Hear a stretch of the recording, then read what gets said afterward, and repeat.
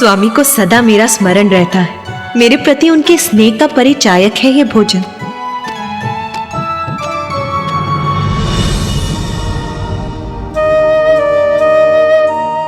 इसीलिए कितनी भी भूख क्यों ना लगी हो मुझे, मैं तो उसी भोजन की प्रतीक्षा करूंगी जो स्वामी ने मेरे लिए शेष रखा।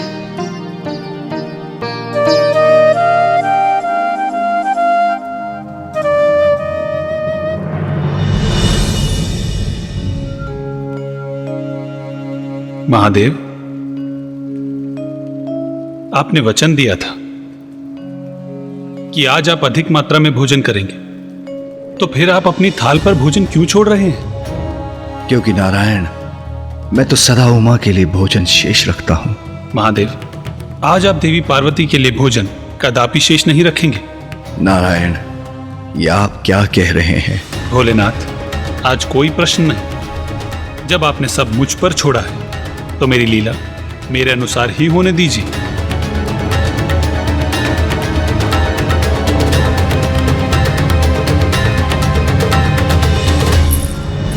देवी सरस्वती, मैं आपके लिए कुछ और लेकर आऊं? मुझे क्षमा करना उमा, मैं विवश हूं।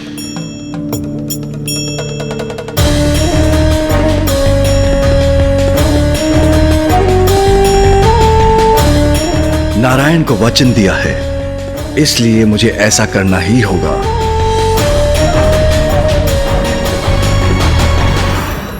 मुझे ज्ञात है भोलेनाथ, आपको ऐसा करने में पीड़ा हो रही है, किंतु यह आवश्यक है।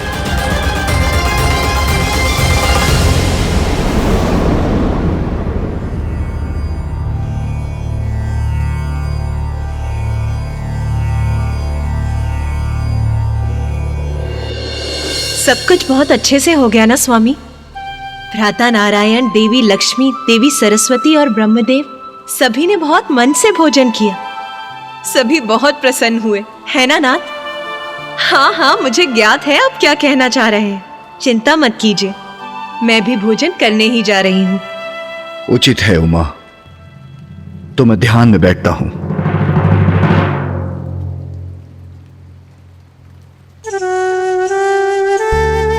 आप इन पात्रों को वहां रख दीजिए।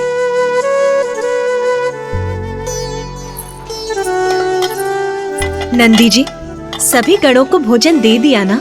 जी माता, दे दिया है। और पशुओं को? माता, उन्हें भी भोजन दे दिया है। उचित है, तो नंदी जी अब आप भी भोजन कर लीजिए। उचित है माता। माता, सदैव के समान महादेव की थाली आपके लिए रख दी है, आप भी भोजन कर लीजिएगा। जी।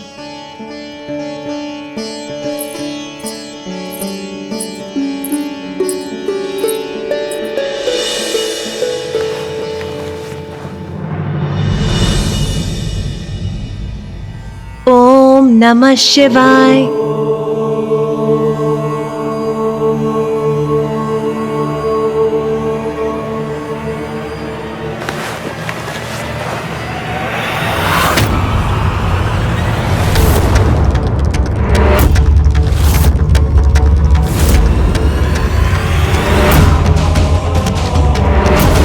इतना स्वादिष्ट भोजन है कि मुझसे तो रुका ही नहीं जा रहा। आप भी हमारे साथ भोजन कीजिए। देवी सरस्वती, मैं अपनी थाल कभी नहीं लगाती। स्वामी भोजन के बाद अपनी थाल में जो छोड़ देते हैं, मैं वही ग्रहण करती हूँ। ये क्या? स्वामी ने मेरे लिए कुछ भी शेष नहीं रखा? ये तो असंभव है। अवश्य नंदी जी से कोई भूल हुई होगी, उन्होंने यहाँ कोई और थाल रख दिया होगा।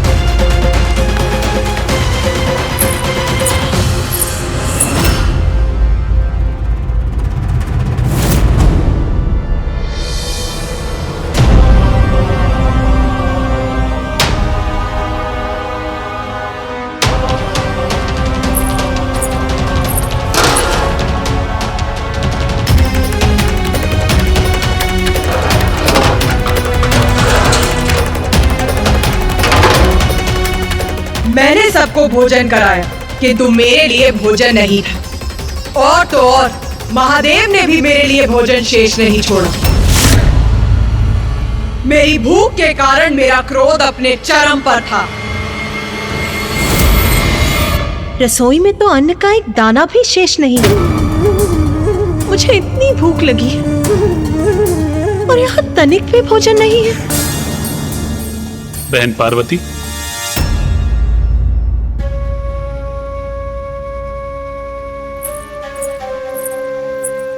भ्राता नारायण, आप यहाँ? हाँ, मुझे आपकी चिंता हो रही थी। आपने हम सबको इतना स्वादिष्ट भोजन करवाया, किंतु स्वयं कुछ नहीं खाया। किंतु आपका भ्राता होने के नाते मैं केवल ये देखने आया था कि आपने कुछ ग्रहण किया अथवा नहीं। नहीं भ्राता, देखिए ना, महादेव को भली भांति ज्ञात है कि मैं उन्हीं की थाल से खाती हूँ, फिर भी उन्होंने मेरे लिए कुछ नहीं छोड़ा। कुछ नहीं छोड़ा? सर्वथा अनुचित किया महादेव ने। महादेव आपके पति हैं। पति भर्ता होता है और पति का दायित्व होता है कि वो अपनी पत्नी का भरण पोषण करे। इसलिए महादेव से मांग करने का, उनसे पूछने का कि उन्होंने ऐसा अनुचित कार्य क्यों किया, आपका अधिकार है।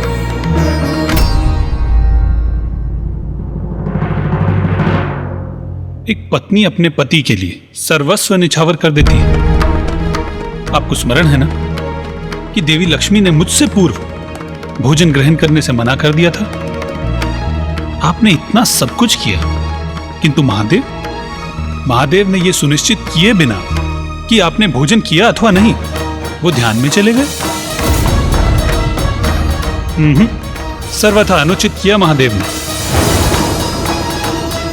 एक पति का दायित्व होता है कि वो अपनी पत्नी का भरण पोषण करे, और यदि महादेव ने अपना दायित्व नहीं निभाया तो उनसे क्रोधित होने का, उनसे प्रश्न पूछने का पूर्ण अधिकार है आपका।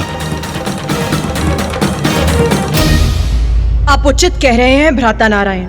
मैं भूख से व्याकुल हो रही हूँ और महादेव को मेरे तनिक भी चिंता नहीं।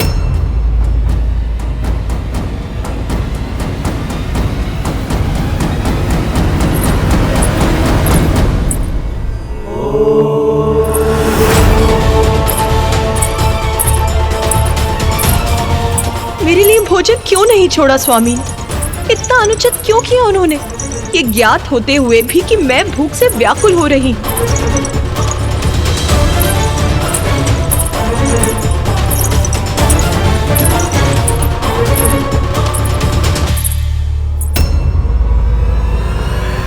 ये क्या नाथ, मुझे आपके पत्नी को भोजन का एक निवाला भी प्राप्त नहीं हुआ और आप यहाँ निश्चिंत होकर ध्यान मग्न बैठे हैं। आपने भोजन के लिए सभी अतिथियों को आमंत्रित किया, जिसकी सारी व्यवस्था मैंने की, उनके लिए भोजन पकवाए, और मुझे तनिक भी भोजन प्राप्त नहीं हुआ। और इससे अनभिज्ञ यहाँ शांति पूर्वक आप ध्यान कर रहे हैं।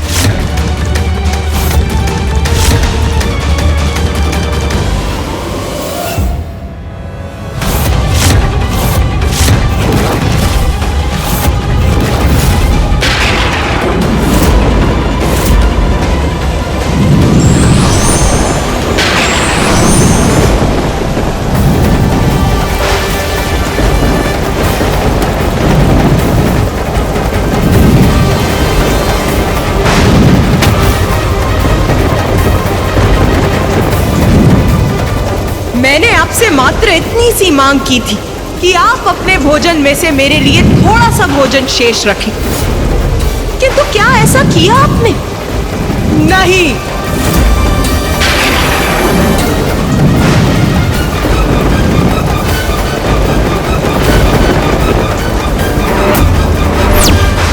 आपकी पत्नी भूखी है नाथ, मैं आपके आहार का पूर्ण ध्यान रखती हूँ, किंतु क्या आप भी ऐसा करते हैं?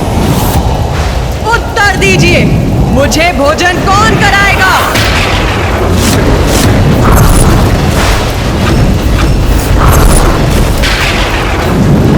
उचित है, यदि मेरे पति मेरा ध्यान नहीं रखेंगे तो मैं अपना ध्यान स्वयं रखूंगी। वैसे भी जगत जननी हूं मैं, संपूर्ण जगत का ध्यान रखती हूं, तो अपना ध्यान क्यों नहीं रख सकती? यदि आपको मेरी चिंता नहीं है महादेव, तो मैं अब स्वयं अपनी भूख मिटाऊंगी, स्वयं अपनी भूख मिटाऊंगी। यदि आपको मेरी चिंता नहीं है महादेव, तो मैं अब स्वयं अपनी भूख मिटाऊंगी।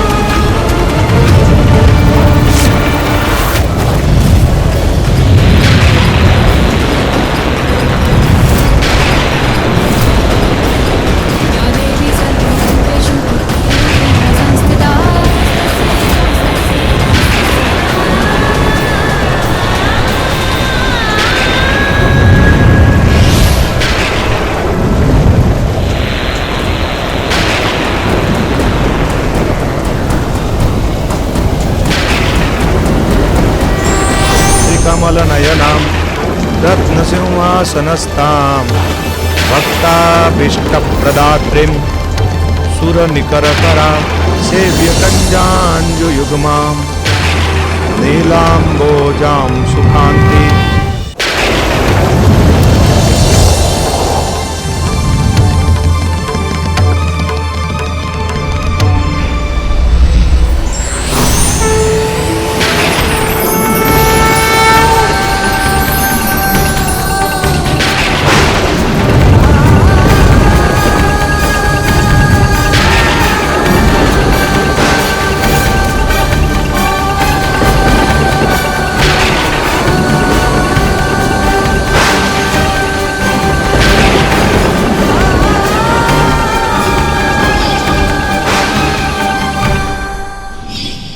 अपनी भूख मिटाने के लिए मैं क्या कर बैठी? अपने स्वामी को ही निकल गई।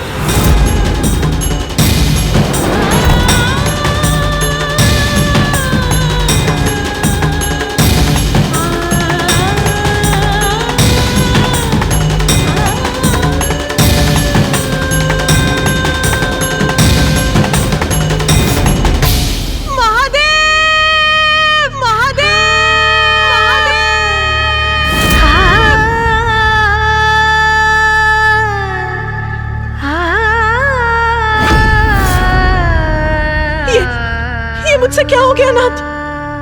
आपके बिना तो मैं कुछ भी नहीं हूँ। और जब महादेव मेरे उदर में समाहित हुए तो मुझ में एक बड़ा परिवर्तन आया। महादेव से रिक्त मैं एकाकी रह गई। मेरे समस्त आभूषण, सजग रेशमी वस्त्र आदि क्षीण हो गए और मैं हो गई कठोर, निर्मम, तटस्थ।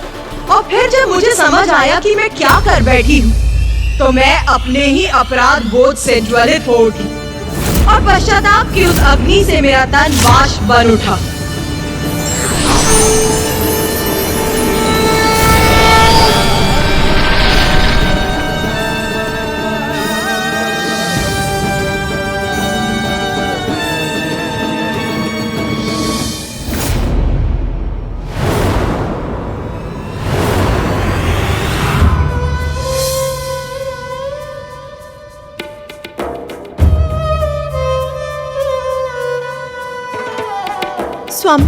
स्वामी मुझे क्षमा कर दीजिए। मुझे ज्ञात नहीं क्रोधवश में ये क्या कर बैठी। मुझे क्षमा कर दीजिए। उमा, आपको क्षमा याचना करने की कोई आवश्यकता नहीं, क्योंकि जो भी हुआ वो सब नारायण, ब्रह्मदेव और मेरी लीला का ही परिणाम था। उमा, आप जगत जननी हैं, इसलिए सभी जीवों के प्रति आपको बहुत स्नेह है। इसीलिए अभी तक आपकी महाविद्या स्वरूप सृजन और पालन हेतु प्रकट हुए, किंतु अपनी संतानों को दंडित करने के लिए अपनी संतानों का मोह नहीं त्याग सकी आप, क्योंकि आप एक मां, एक पत्नी, एक सखी और एक बहन है। इन सभी संबंधों के मोह के कारण दंड देना आपके लिए कठिन हो जाता है, किंतु आपके इस रूप में अपनी भावनाओं को तजकर आप न्याय करने में असमर्थ नहीं रहेंगी। किंतु प्रभु, मेरे प्रत्येक रूप में आप मेरे साथ रहते हैं। ये मेरा प्रथम रूप है जिसमें मुझे आपका सानिध्य नहीं प्राप्त हुआ। क्या इसीलिए इतनी कठोरता उत्पन्न हो गई मुझ में? भले ही आपका मोह मात्र मेरे लिए ही हो, किंतु उससे आपकी निर्णय क्षमता पर प्रभाव पड़ेगा ही। इसलिए आपके इस रूप में आप पुरुष शून्य होंगी, अर्थात मैं आपके साथ नहीं रहूंगा, क्योंकि इस रूप में आपकी आसक्ति मात्र न्याय के प्रति हो सकती है। जो न्याय करता है उसका किसी भी मोह अथवा संबंध से प्रेरित और प्रभावित होना उचित नहीं। उमा, आप अपने इस रूप में संसार को बुरे कर्मों के फलस्वरूप अकाल, महामारी, दुख, कलेश आदि का दंड देंगी। आपके स्वरूप में आप धूम्र बनकर भी प्रकट होंगी, इसलिए संसार आपके स्वरूप को धूमावती के नाम से जानेगा।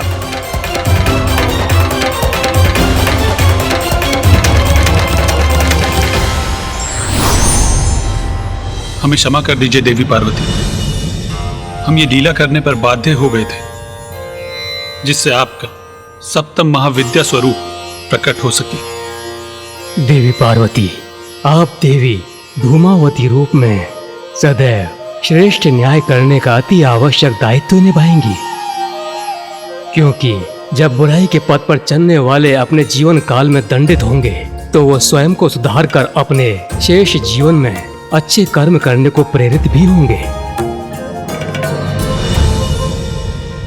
उमा, हमें ज्ञात है आपका 16 श्रृंगार आपके लिए अत्यंत महत्वपूर्ण है, जैसे सुमंगली कड़ियां, आपके केश की चोटियां, सिंदूर, आपके शीश को सुशोभित करने वाले पुष्प, मंगलसूत्र, बिछियां, इन सभी का परित्याग करने के लिए कह रहे हैं हम। और उससे भी अधिक आपको मुझसे दूर रहना होगा, क्योंकि संसार के कल्याण के लिए आपको यह अवतार लेना ही होगा। आपने तो सदा सृष्टि को अपने से ऊपर रखा है, इसलिए मैं एक बार पुनः अनुरोध करता हूं, आप एक बार पुनः संसार के कल्याण के लिए ये सब त्याग दीजिए प्रिय, ये सब त्याग दीजिए प्रिय, ये सब त्याग दीजिए प्रिय।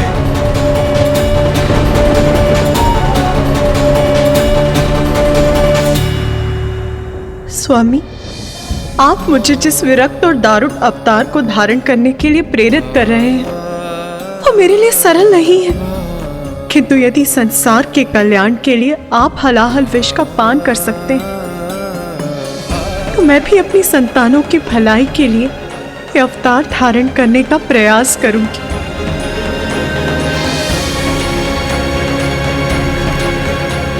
मुझसे दूर रहना तो आपके लिए भी सरल नहीं होगा नाथ, किंतु यदि मुझे निष्पक्ष होकर न्याय करने हेतु ये पुरुष शून्य अवतार लेना होगा तो मुझे ये भी स्वीकार है।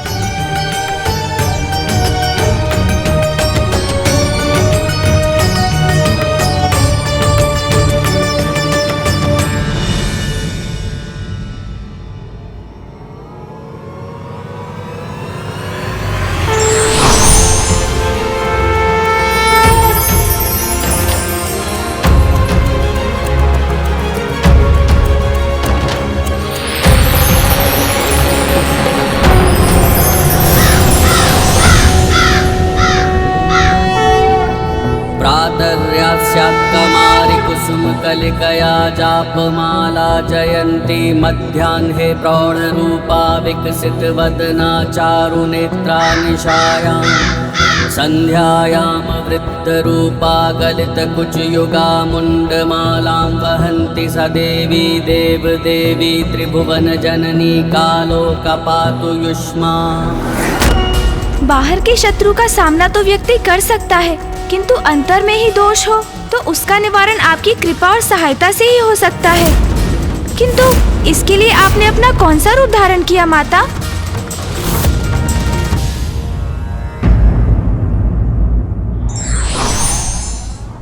ईश्वर के प्रत्येक स्वरूप और उसके कार्य से हमें ये प्रेरणा मिलती है कि त्याग एक बड़ा धर्म है।